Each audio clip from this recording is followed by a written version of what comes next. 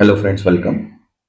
आज हम यहाँ पे NICL का मॉक पेपर 5 सॉल्व करेंगे, जो कि क्वांटिटी एप्टीट्यूड का है। इसके पहले अपन ने 4 मॉक पेपर सॉल्व कर चुके हैं।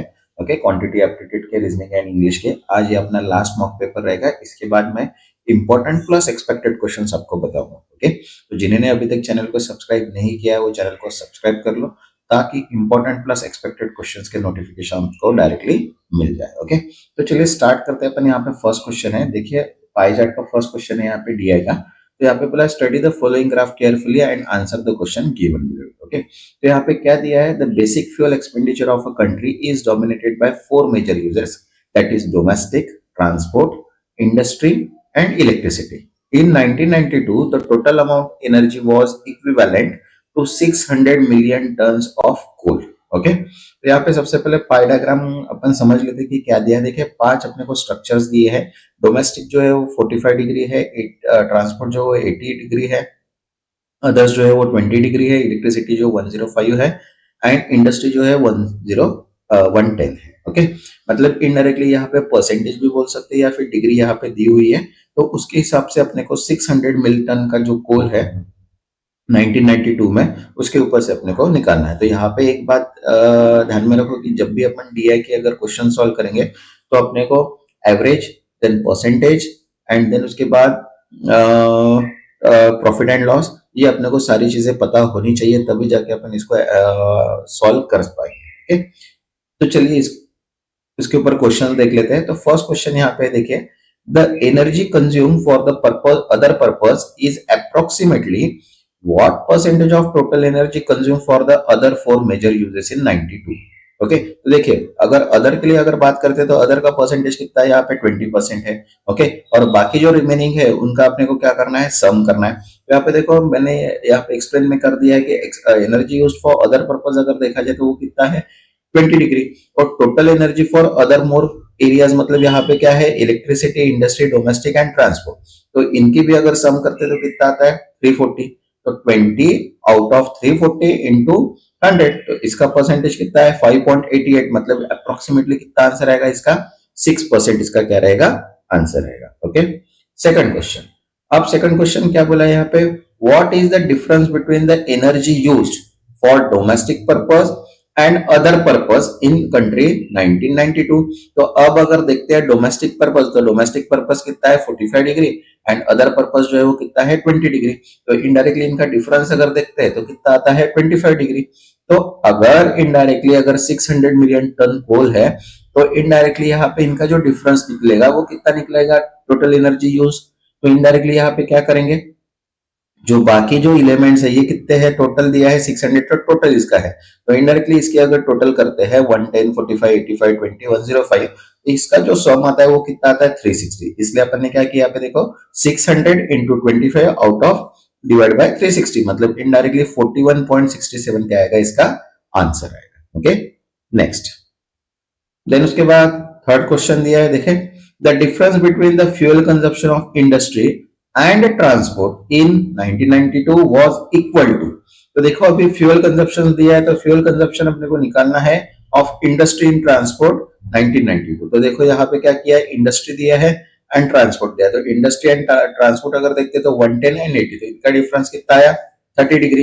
तो 30 डिग्री का अगर 600 पे निकालते हैं आउट ऑफ 360, तो आंसर कितना आता है, 50 मिलियन टन। मतलब डिफरेंस जो है वो फ्यूल कंजप्शन का वो कितना है, 50 मिलियन टन का है। Okay, next fourth.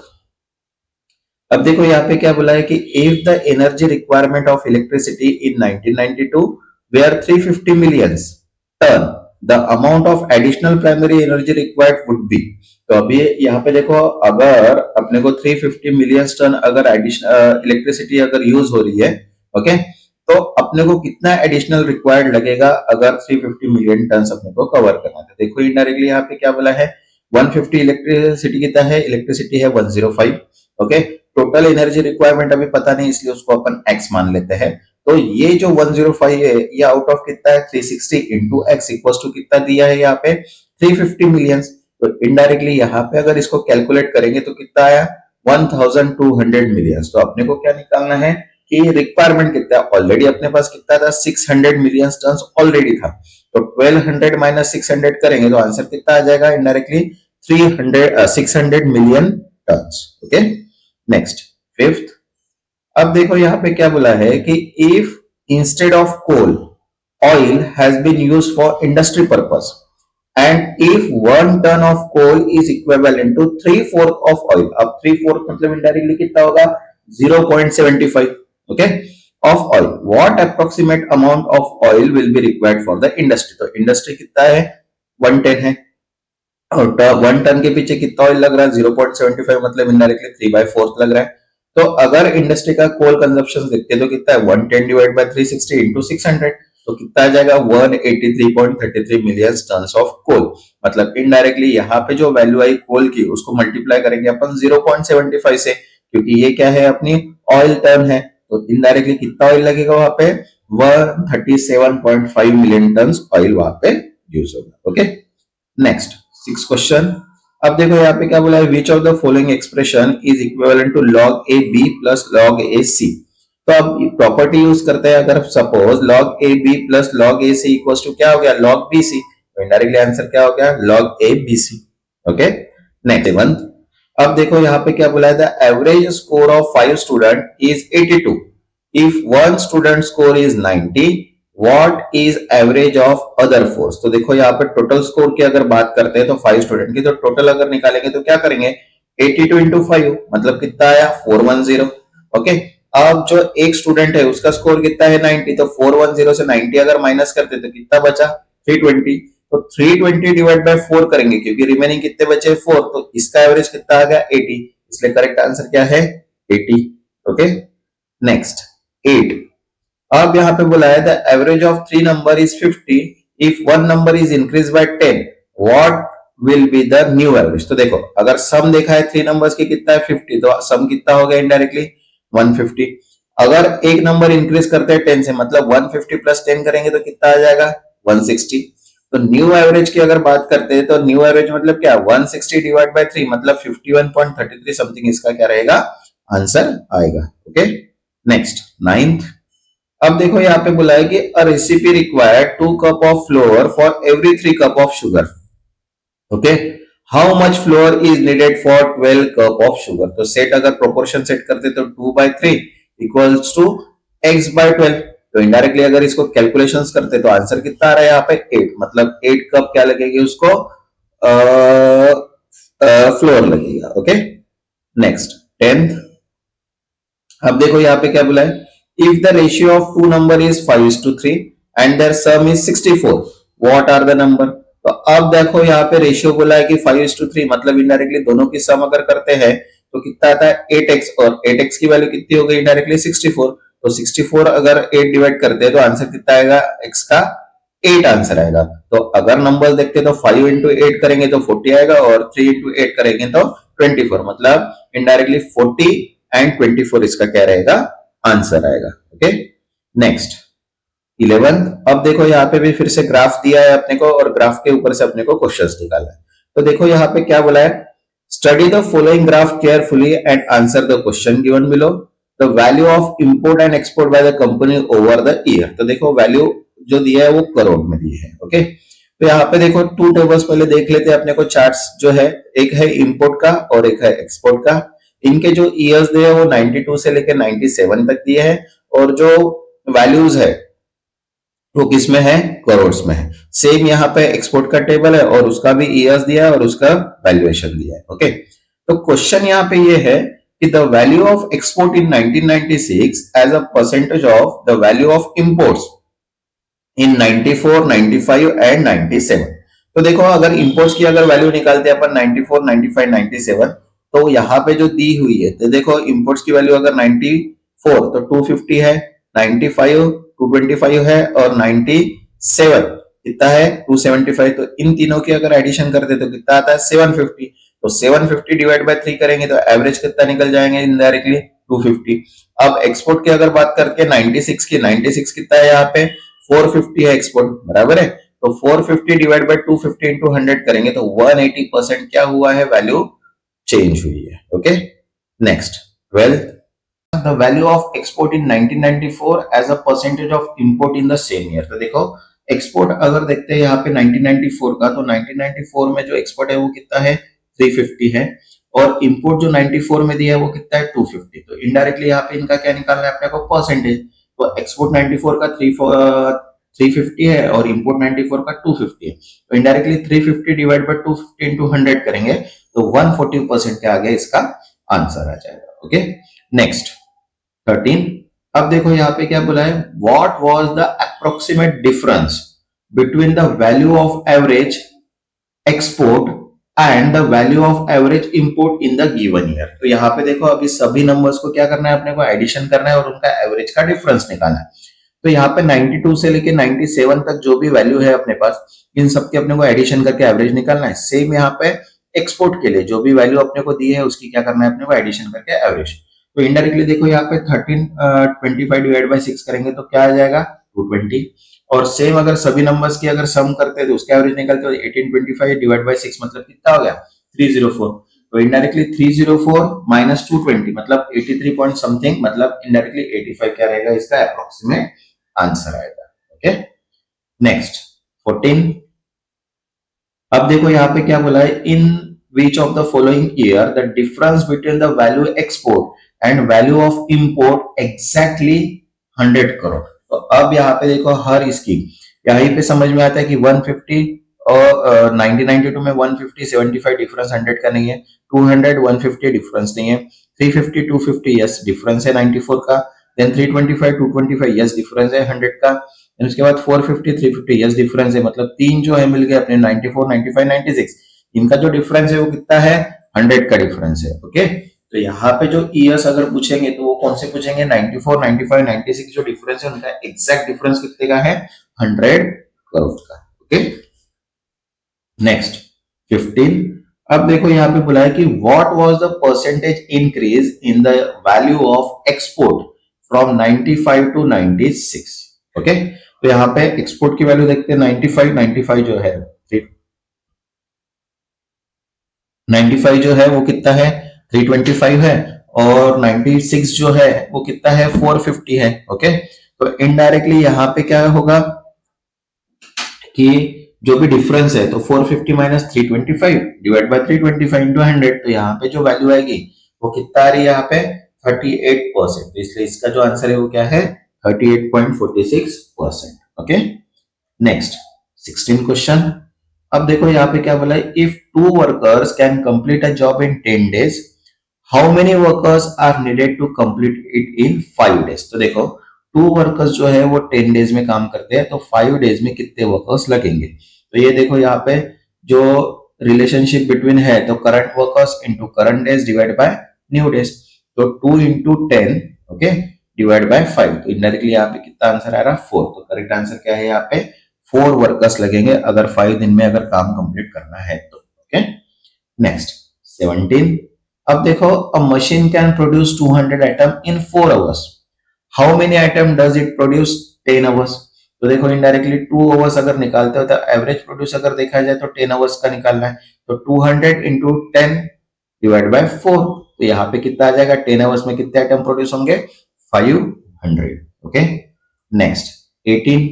सिंप्लीफिकेशन करना है यहाँ पे देखो अब क्या है 72 divide by in bracket 6 into 4 in bracket 4 plus 2 square in bracket minus 18। Okay, तो सबसे पहले अगर 2 का स्क्वायर निकालते तो 4 हो जाता है, तो इक्वेशन क्या बना यहाँ पे 72 डिवाइड बाय 6 4 इंटू 4 माइनस 18। अब यहाँ पे जो ब्रैकेट है वो सबसे पहले सॉल्व कर ले तो 4 प्लस 4 कितना हो गया 8 हो गया, तो मतलब यहाँ पे देखो 72 डिवाइड बाय 6 इंटू 8 माइनस 18। अब जो वैल्यू है वो ब्रैकेट की फिर से सॉल्व करेंगे तो इनडायरेक्टली यहाँ पे कितना हो जाएगा 8 इंटू 6 48 माइनस 48, मतलब यहाँ पे कितना हो रहा है यहाँ पे 72 डिवाइड बाय 30, तो 72 डिवाइड बाय 30 करेंगे तो आंसर कितना आएगा यहाँ पे 2.4। ओके, तो इसका जो अप्रोक्सीमेट आंसर है वो कितना आया 2.4। Okay, next 19।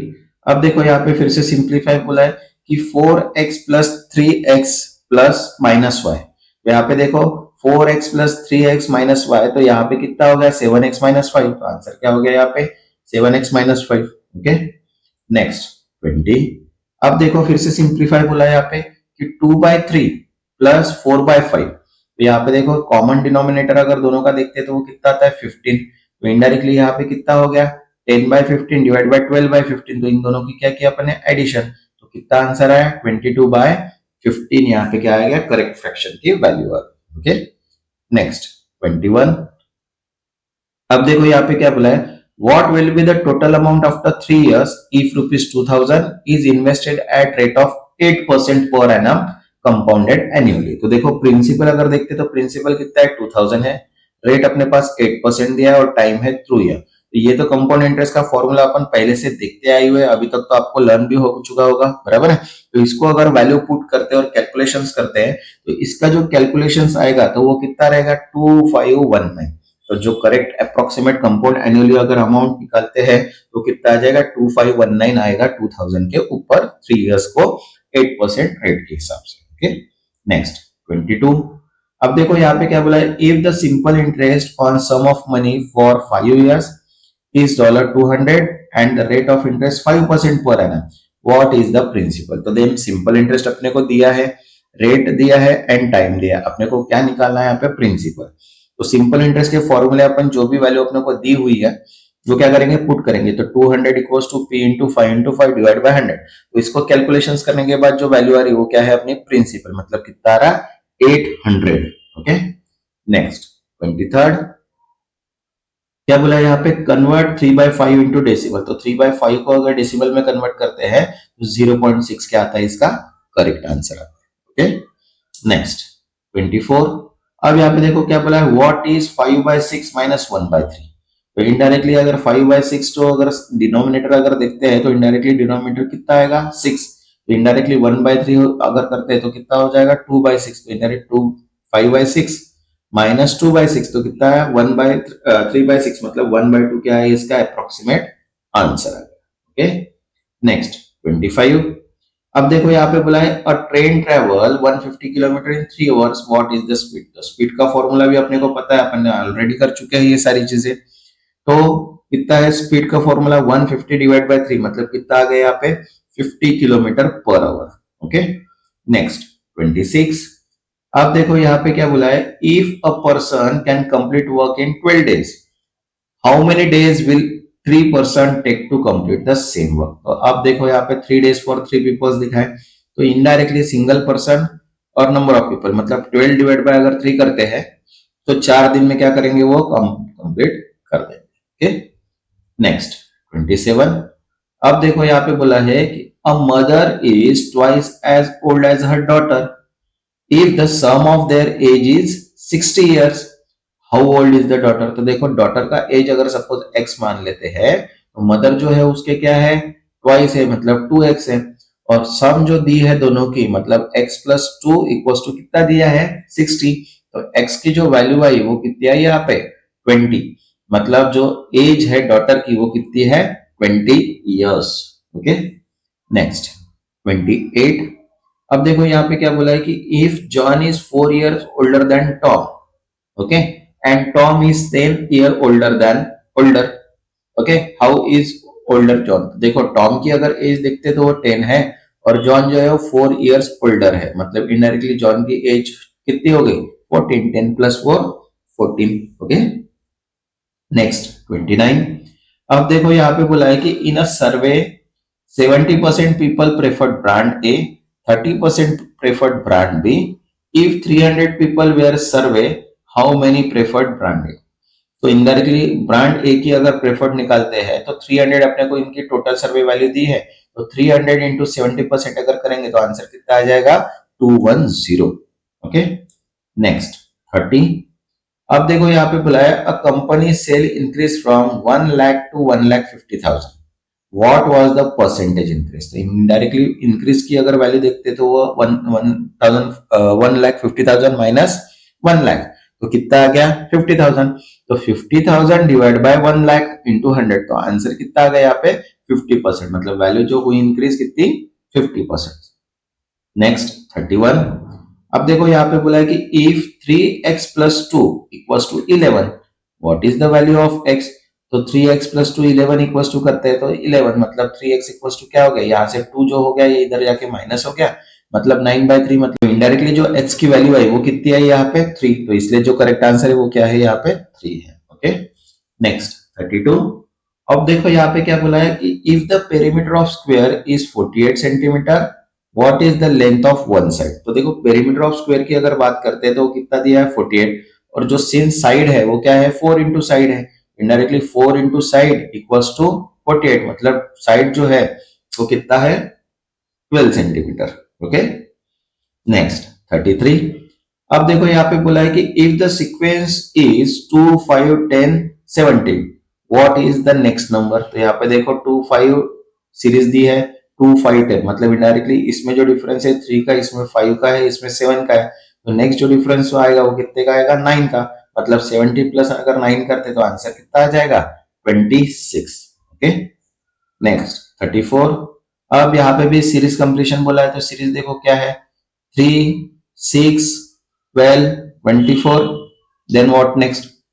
तो इनडायरेक्टली यहाँ पे देखो क्या हुआ है, दो का मल्टीप्लीकेशन है, 3 into two 6, 6 into two 12, 12 into two 24, and 24 2 into 8, तो क्या आएगा 48, 24 इंटू टू मतलब 48। Okay, next 35।